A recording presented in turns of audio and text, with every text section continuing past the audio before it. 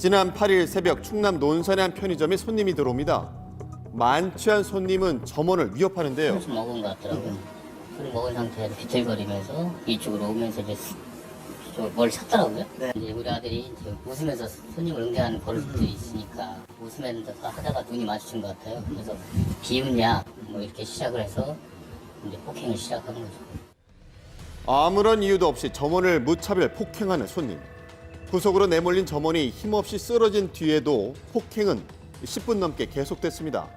얼굴 상태하고 이제 피가 범벅이 되고 그렇게 하고 이제 나갔단 말이죠. 저기 손님들한테 여자손님한테 문을 좀 잠궈달라. 문 잠그자마자 조금 있다 한 뭐 1분도 안 돼서 이제 우르르 이제 그 해가지고 이제 온 거죠. 그러고도 분이 풀리지 않았는지 손님은 무리까지 끌고 다시 편의점을 찾았는데요. 이 묻지마 폭행도 모자라서 생명의 위협까지 느낀 점원. 점원은 부모님을 대신해서 가게를 지키던 고등학생이었습니다. 치아와 코뼈가 부러지는 등 전치 6주의 부상을 입은 상황. 그 사람을 가격을 했다기보다는 그냥 뭐 샌드백을 놓고서 가격을 했다고 하는 그 표현이 맞을 것 같아요.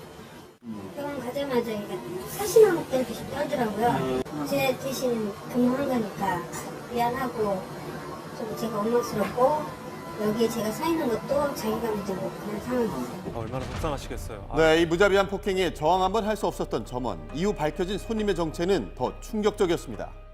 성인이 아니었고 나중에 중3이라고 들었는데 몇 살이요? 중3 성인으로 보였고 나중에 제 아들도 그러더라고요. 끝까지 성인으로 알았다고. 아 그래요? 왜냐면 학생이 만취했을 거라고 생각 못 하잖아요. 만 16살의 청소년 가해자. 만취 상태였던 그는 무슨 일을 벌인 건지 기억조차 하지 못한다고 주장합니다. 많지. 하나는 그냥 폭행이었고 나중에 이제 다른 친구가 와서 하려고 했는데 이제 못한 거잖아요. 장기에서. 그건 아마 미수겠죠. 부산은 거의 다 끝났어요. 어떻게 되는 거죠? 구속통치. 이처럼 최근 몇 년 사이에 술을 마시는 청소년의 숫자가 증가하고 있습니다. 하지만 더 큰 문제는 아이들의 음주가 각종 범죄로까지 이어진다는 점인데요. 무려 10,000여 명 이상이 음주 상태로 범죄에 연루됐습니다. 현재 만 19세 이하의 미성년자에게는 금지된 주류 판매. 그렇다면 10대들은 어떻게 술을 접하게 되는 것일까요? 음주라고 각종 사건 사고에 연루되는 10대들, 심지어 자신의 신분을 역용하는 경우도 있다고 합니다. 술집을 운영하면서 청소년 주류 판매로 곤혹을 치른 적이 있다는 한 업주를 직접 만나봤는데요. 검사할 때 얼굴을 이렇게 매치해서 잘 검사 안 하거든요. 신분증이 있는 여부랑 연도를 주로 보니까 좀 인지를 못했던 것 같아요. 경찰서에서 청소년법 위반하셨으니까 좀 같이 가자 해서. 네, 현행법상 미성년자에게 주류를 판매한 매장은 최장 6개월의 영업정지, 2천만 원 이하의 벌금형에 처해집니다. 가게를 연 지 2달 만에 벌어진 일이었는데요. 저는 영업정지 20일 처분이랑 이제 과태료 벌금 300만 원 받는데요. 영업 못한 거 그리고 이제 벌금 낸 거 다 했더니 대략적으로 계산했을 때 한 1,200만 원 정도 손실 났더라고요. 신분증 검사를 철저히 했지만 작정하고 속이려 드는 아이들에게 속수무책이었습니다. 또 다른 업체는 더 황당한 경험을 한 적도 있는데요. 그냥 육안으로만 확인하면은 사실 위조인지 아닌지 저희는 알 수가 없잖아요. 일단 술을 먹었으니까 그걸 빌미로 이제 협박을 하는 거죠. 계산을 하러 이제 딱 카운터 앞에 와서 사실 저희 미성년자라고 이거 그냥 계산을 안 받으셔야 된다고. 강도나 마찬가지죠. 이런 일들이 비일비재하다는 업주. 올해 초 한 자영업자는 청소년 주류 단속 피해를 입은 경험을 토대로 단편 영화를 제작하기도 했습니다. 한번 신고해봐. 어? 한번 신고해봐요. 에? 근데 어떡하냐? 우리 청소년인데. 어?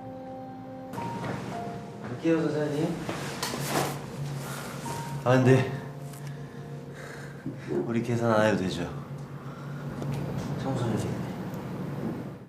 네, 영화를 만든 업주는 청소년 음주로 인해서 무고한 피해를 입는 현실을 알리고 싶었다고 합니다.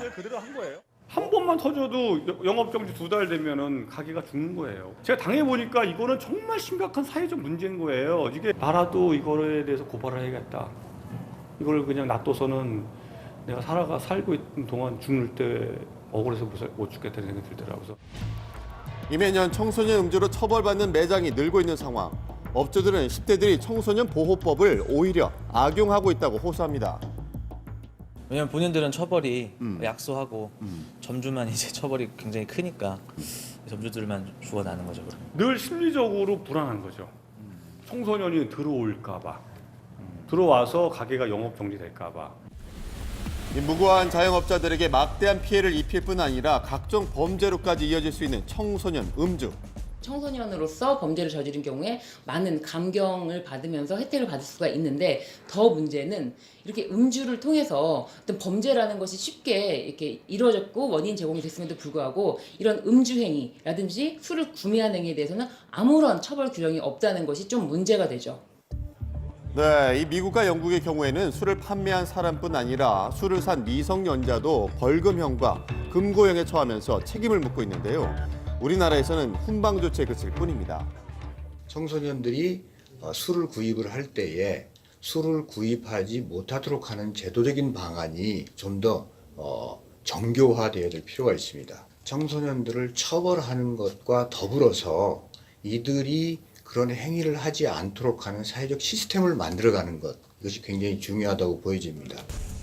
청소년 음주로 인한 아이들의 일탈 이대로 두고 봐야 할까요? 자신의 행동에 따른 진정한 책임을 배우는 것 또한 어른이 되는 과정은 아닐까 싶습니다.